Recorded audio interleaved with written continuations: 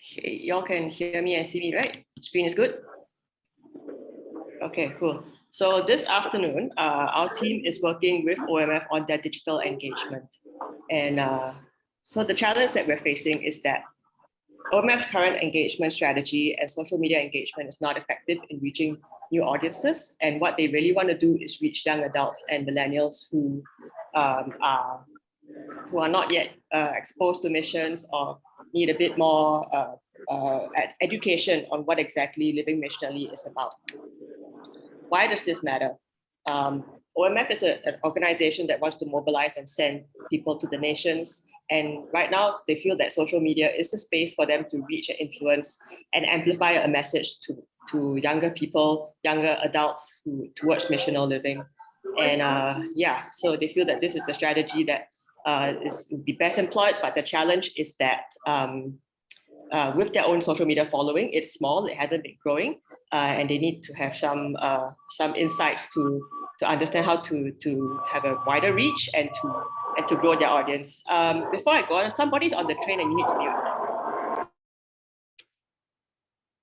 Thank you so much. Okay, so what we're proposing is a two-pronged approach of content strategy and using data analysis to effectively reach young working adults through social media engagement. So what we did as a team is that we actually plugged OMF's social media postings and social media accounts into a social media listing software on the market. And we were able to identify some content trends and media types that were used since the beginning of this year. So what we're seeing from this graph in a high-level analysis is that their photo engagement is actually very high. It was very high at the beginning of this year and also over the past 3 months. But there is an opportunity to reach out using video content, which is also getting high engagement, but not getting put on the platform as frequently. So the blue line over here represents the engagement whenever they post photos. The red line represents the engagement when they post videos. So potentially there is an opportunity to use more video content. From here, this analysis, when we looked at the content in a deep dive, we were also able to identify which were some of the more liked photos or videos. Is there a pattern there that we can use to identify sort of regular content pillars where people seem to be more interested and more connected to this particular content.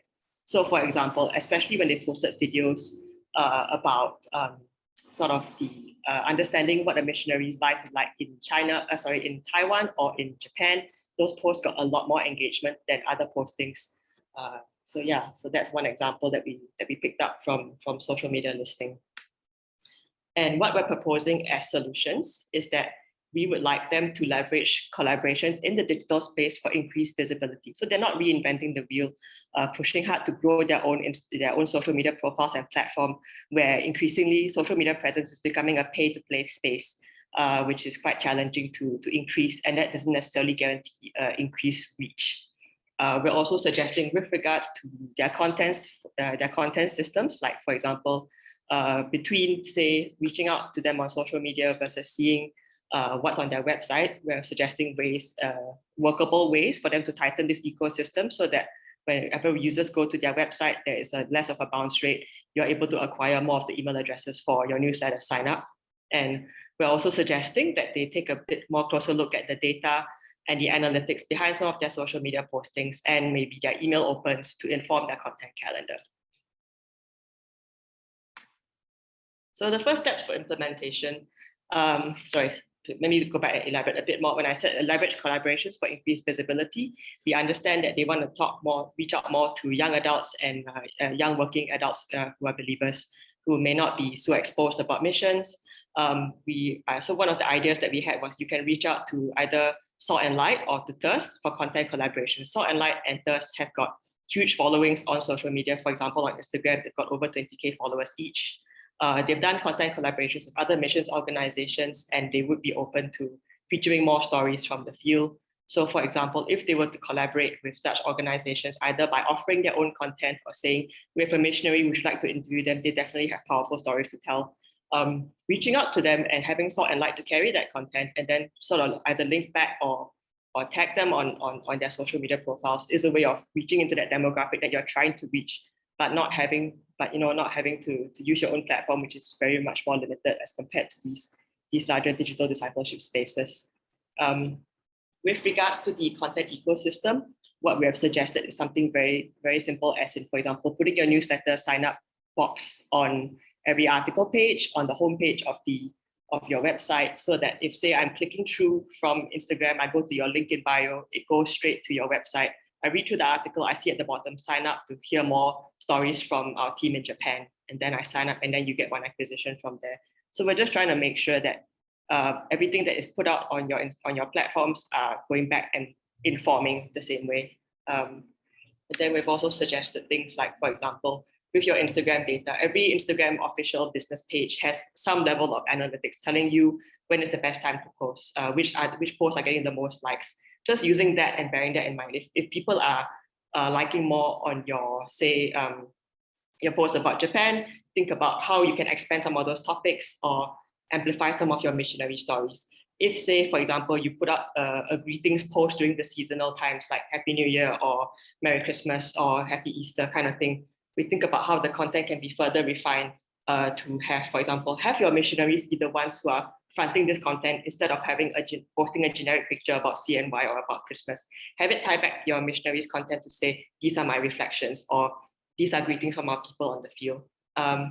Social media calendar. So again, like what I said, if those particular seasonal posts are getting the most engagement, that's one way that you can sort of make sure that you have an event calendar built out either for the next quarter or the next 2 quarters, and you know that this is coming up, we can solicit early from our team.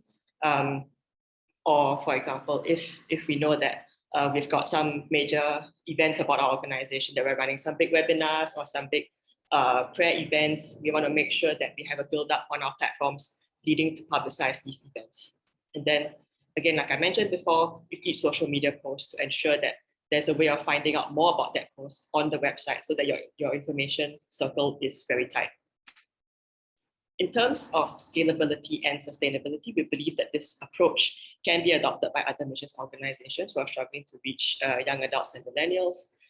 We believe that you don't have to reinvent the wheel. There are other bigger organizations in the digital space who are more tech savvy, who are more adept at reaching out to younger audiences, and your content sharing with them, or you're approaching them to say, let's collaborate on a series. We have, say, an anniversary coming up. OMF Singapore did that, for example, with Salt and Light and with Thirst, with some really compelling stories and videos about people who are called to the field. We believe that everybody's story is important. We believe every missions organization will have people like that who have powerful stories about how God has called them out of, where the target audience might be. I didn't care about missions at first, but now had an encounter with God, and this is where I'm at now. And leveraging these partnerships to amplify their story would be a way of reaching a younger gen who might be called to missions or just challenged to live more missionally. And we also want to be sensitive to each agency's resources, their staff, the skills and time and finances. We don't want to sort of say that, oh yeah, you have to look at analytics every month and use a paid solution, because that's not where they're at. So just something very simple, like for example, we've suggested to OM things like, just look at the email, your email newsletter signups. Look at the data that says, where did you come from? Did you come from search? Did you come from social media platform? Did you come from word of mouth? Even having that information to inform how this person was a sign up can lead to a content strategy to reach out to these kind of people for future months. And if, say, your agency has someone who loves editing video or loves writing stories, that content can be leveraged either through your own social media platforms or sharing it with the digital news providers in the same space. Yeah, so this is the big picture about the digital engagement and how OMF envisions this reaching to their new audience. So they really just want to get the word out in a cohesive way, get people to connect with OMF and sort of be involved, even in a small way. Just say, I'm going to come for a prayer session and hear what your missionary from whichever country is sharing. Or I just want to be on your newsletter so that I can understand more about what your organization does. And from there, OMF will then sort of walk with that person and educate that person more, either with opportunities for short-term missions in the future or other kinds of mission education interest groups, in order that that person will embrace living missionally more purposefully. So in conclusion, I would say that our approach is very much more a soft skills approach. We're just suggesting really practical and workable ways for OMF to tighten up their content strategy with some data-driven insights. We want to also encourage them to leverage other digital partners for increased visibility so that they're not overwhelmed with having to do it themselves on their own limited means and their own limited bandwidth.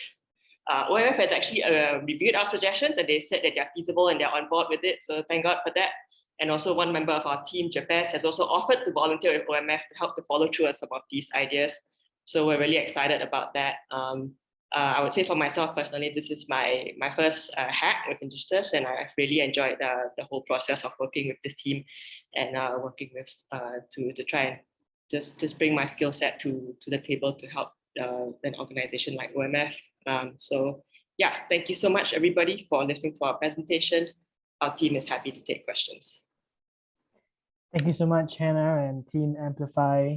Amazing work. So some feedback to the team is that Crew Singapore is also launching an initiative to activate young adults for missional living early next year. So feel free to reach out to Lillian if the team is interested to talk more about this.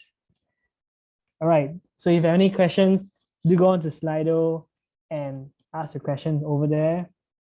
One question is, conceptually, it's not very clear what sort of content will attract young people. Could you cite some examples? Yeah, that's a really good question. We didn't go into detail because of the lack of time, but so what we did with that social listening platform, which is actually for the software of the company that I work with, we actually did a deep dive and analyzed like all the content pieces that were posted by OMF this year on Instagram. We compared which are getting the most likes, which are getting the most comments, what's the format of the post in, and all like just as a, how to say, across the board consistently, a lot of the Japan related posts, either photos or videos, were getting the highest engagement. So there is some interest there. I think this is also related to Singaporeans' love for going to Japan anyway. So for example, we gave them that as an idea. And we said, look, all these things about Japan, people are really interested in. Can you find a way to write more stories or amplify what your missionaries are doing in Japan? And then even in our sessions with our OMF representative, Yong Hong, she was saying that, you know, we have a missionary who reaches out to the surfers in Japan. And I'm thinking, why isn't a story like that on your website, you know, or on your social media profile? Or why isn't there a nice video to go with it? Because surfing is such a visual thing. So we had these examples where we saw that specifically to their content and what they're doing, they have some very, very powerful stories, which maybe just through, with better refinement of the messaging and better packaging on the website and on their social media could attract people who want to know more. Thanks so much for your answer. Looking at the chat, there are a lot of conversations going on. Yeah, there are no more questions, but this is the last feedback to wrap up the presentation. You know, thank you so much for sharing this. It's useful tool for other missional organizations as well, all part of God's kingdom.